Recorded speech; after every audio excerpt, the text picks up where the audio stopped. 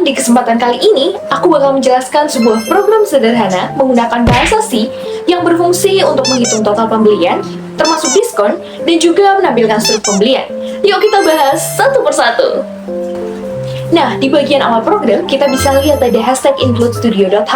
Ini berfungsi supaya kita bisa menggunakan fungsi input-output seperti printf dan juga scanf. Lalu, kita akan masuk ke fungsi utama, yakni inMake.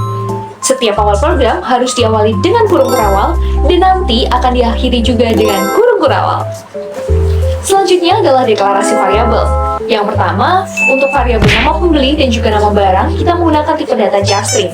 Karena ini nantinya akan menyimpan nama pembeli dengan maksimal 50 karakter dan juga menyimpan nama barang maksimal 50 karakter. Dan karakter ini sudah termasuk spasi ya teman-teman. Yang selanjutnya, variabel harga barang, kita menggunakan tipe data float. Karena harga bisa saja dong berupa angka desimal. Variabel selanjutnya adalah jumlah barang. Kita menggunakan tipe data int atau integer, karena jumlah barang akan menggunakan bilangan bulat. Jadi kita pakai integer ya. Selanjutnya adalah variabel total harga, diskon, dan total bayar. Kita menggunakan float, karena biasanya hasil dari proses perhitungan adalah desimal. Jadi di sini kita sudah menyiapkan seluruh wadah untuk semua data yang nantinya akan kita gunakan untuk program ini. Tahap selanjutnya, program akan meminta input daripada user. Dan di tahap ini perlu diperhatikan perbedaan antara scanf dan juga printf. Printf digunakan untuk menampilkan teks di bagian output, sementara scanf digunakan untuk menerima input dari user itu sendiri. Lalu satu persatu input akan diambil, mulai dari nama pembeli, nama barang, harga barang, dan juga jumlah beli. Diambil dengan rumus scanf, buka kurung, petik 2 buka, lalu tambahkan persen dari pasangan tipe data yang sudah kita ketik sebelumnya, lalu berikan petik 2 tutup, koma, dan panggil variabelnya. Lalu kita berikan tutup kurung dan titik koma untuk menutup. Nah, perlu diperhatikan juga, persen %s akan digunakan untuk string, persen %f digunakan untuk float, dan persen %d digunakan untuk integer. Lalu, ada juga tambahan, yaitu tanda simbol dan digunakan untuk mengambil alamat variabel. Dan ini berlaku kecuali pada char string atau array string. Tahap selanjutnya adalah proses perhitungan. Setelah semua data diinput, program akan melakukan perhitungan. Dengan rumus, total harga sama dengan harga barang dikali jumlah barang.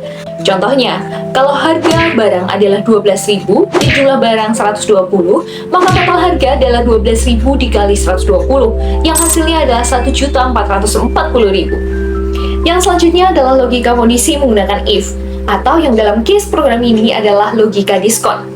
Pada rumus ini, berarti jika total belanja lebih dari 100.000, maka akan mendapat diskon 10%.